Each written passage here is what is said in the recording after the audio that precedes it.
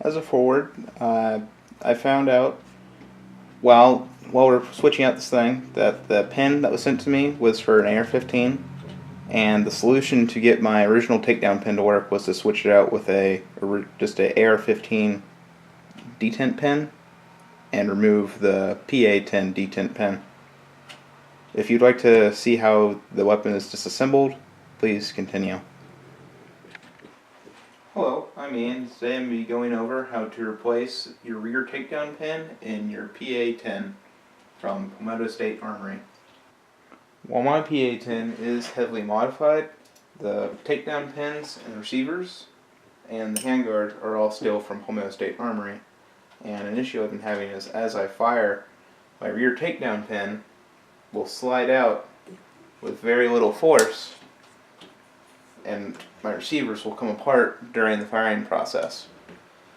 The issue is it wasn't machined well enough, so that way when it's all the way in, that the detent actually goes up into the hole on the takedown pin, so it doesn't fully engage.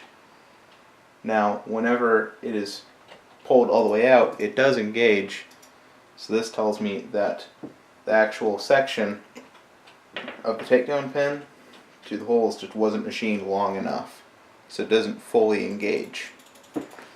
So to fix this, I contacted PSA and they sent me a takedown pin set for free along with spare springs and spare detents. So they sent me plenty of stuff to replace this, and it was entirely free, and I thank them for that.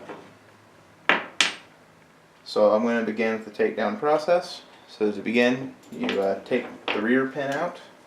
I'm going to take off the sling here. And then I'm going to take down my front pin.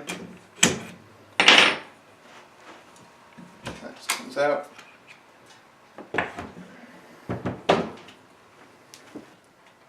So from here, there's various grips you could have put on here, so I'm not going to say what you need to take off the rear. Usually it's an Allen wrench or a flathead screwdriver. So I have mine. But you begin by taking off the grip. So there's a long screw. They'll be down in there. And you just unscrew that. So I've loosened my grip. And now I'm going to zoom in and show you. There's two springs.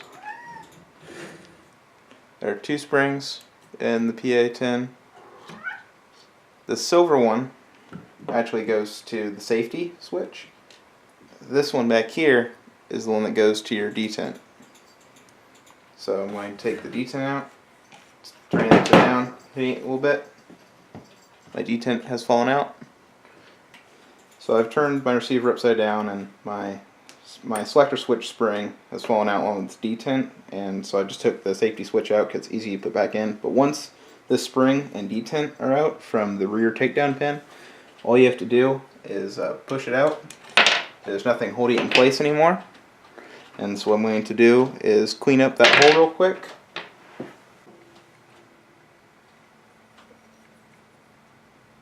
So I've got my new pin on the left, and the only differences I can see is that this is the old detent and this is the new detent.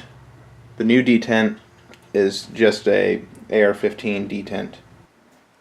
Begin the reinstallation process. I'm going to put in my new rear takedown pin with the cut side down. And I'm going to put my selector switch back in, and it was on safe. Now I'm going to turn the receiver upside down, and I'm going to put in the safety selector first with its spring, and I'm going to put in the rear takedown pin, the new detent, and its spring. And stay you.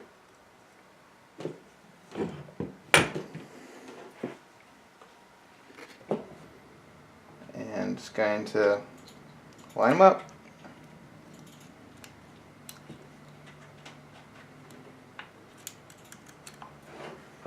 Okay, I'm just going to hold that, and I'm going to put the grip screw back in. Make sure it's tight.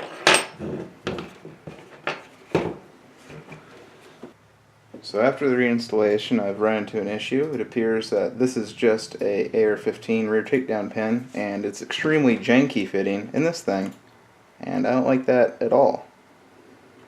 You can see at the pivot, the old detent is going to be coming out, and whenever I push it in, now it fits the hole, but you can see it's still got quite a bunch of wiggle room, and that's just not going to do it for me.